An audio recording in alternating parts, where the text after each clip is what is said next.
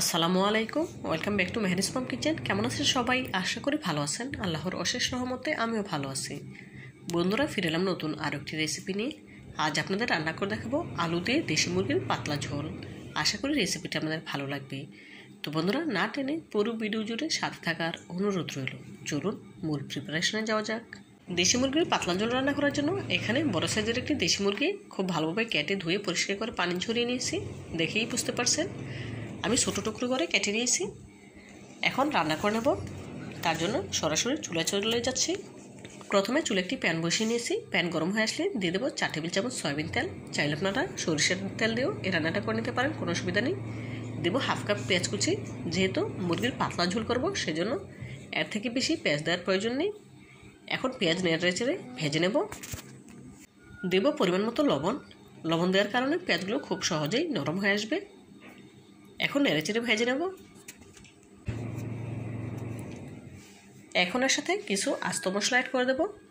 এলাচ, দারচিনি, লং ও তেজপাতা।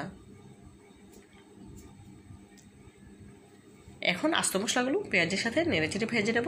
এতে করে মশলা থেকে খুব সুন্দর ফ্লেভার বের হবে। এই পর্যায়ে পেঁয়াজগুলো ভাজা হয়ে গিয়েছে। এখন এর সাথে অ্যাড করে দেব 1 টেবিল চামচ আদা বাটা, 1 টেবিল চামচ রসুন বাটা। এখন আদা রসুনের বাটা পেঁয়াজের সাথে নেড়েচেড়ে ভেজে নেব। এতে করে আদা রসুনের কাঁচা গন্ধটা চলে যাবে।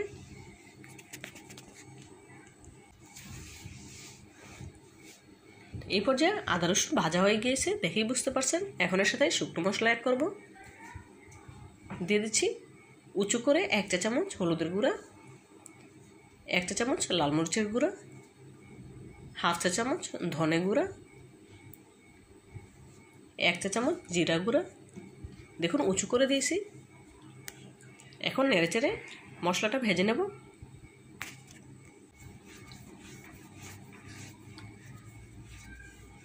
মশলাটা 1 মিনিটের মতো নেড়েচেড়ে ভেজে নিয়েছি। এখন এর সাথে সামান্য একটু পানি অ্যাড করব মশলাটা ভালোভাবে কষিয়ে নেওয়ার জন্য। এখন মশলাটাকে খুব ভালোভাবে নেড়েচেড়ে কষিয়ে নেব যতক্ষণ না পর্যন্ত মশলা থেকে তেলটা ছেড়ে দিচ্ছে, ততক্ষণ পর্যন্ত।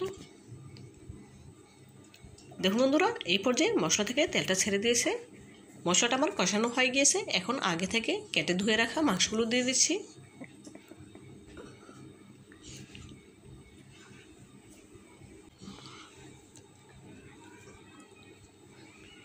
এখন সামান্য একটু পানি অ্যাড করব। যেহেতু দেশি মুরগি সিদ্ধ হতে একটু টাইম লাগবে, সেজন্য সামান্য একটু পানি দিয়ে দিলাম। এখন নেড়েচেড়ে ঢাকনা দিয়ে ঢেকে মাংসটা ভালোভাবে কষিয়ে নেব।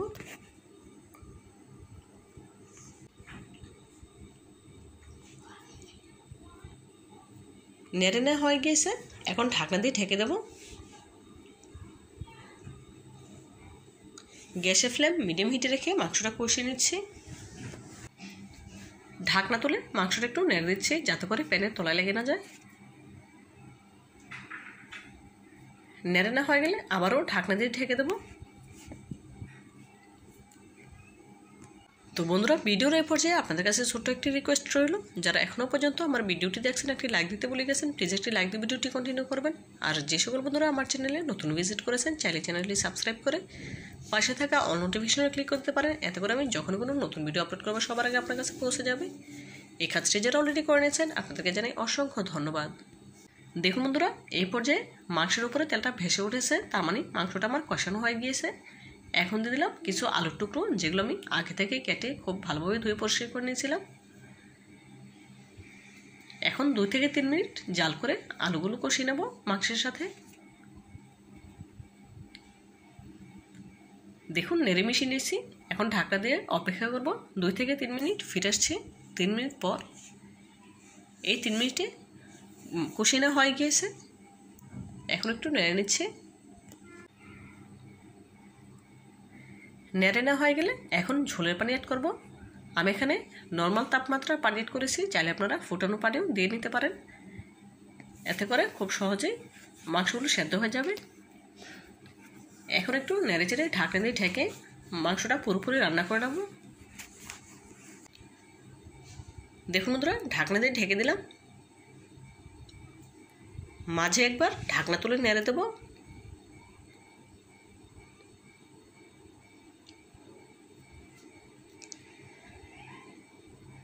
নেড়ে নেওয়া হয়ে গেলে আবারও ঢাকনা দিয়ে ঢেকে দেব।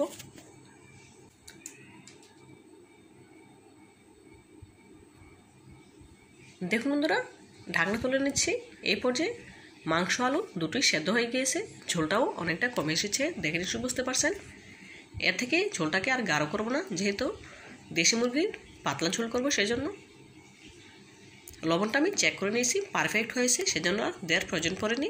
আপনারা অবশ্যই লবণটা চেক করে নেবেন। গ্যাসের ফ্লেম অফ করে দিয়েছি। এখন একটি সার্ভিং ডিশে সার্ভ করে আপনাদের দেখাবো দেশি মুরগির পাতলা ঝোলটা রান্না কেমন হয়েছে। দেখুন বন্ধুরা, এখন একটি সার্ভিং ডিশে সার্ভ করে নিয়েছি। মাশাআল্লাহ, দেখুন দেশি মুরগির পাতলা ঝোলের রেসিপিটা দেখতে কতটা সুন্দর হয়েছে। দেখতে যতটা সুন্দর হয়েছে, খেতে তার থেকেও অনেক বেশি মজার ছিল। তো বন্ধুরা, আমার এই রেসিপিটি যদি আপনাদের একটু হলেও ভালো লেগে থাকে, প্লিজ লাইক, কমেন্ট এবং শেয়ার করবেন। আর আমার চ্যানেলটি সাবস্ক্রাইব করে আমার পাশে থাকতে একদম ভুলবেন না। আজকের মতো বিদায় নিচ্ছি। দেখা হবে নতুন কোনো দিনে নতুন কোনো রেসিপিতে। ভালো থাকবেন সবাই। আল্লাহ হাফেজ।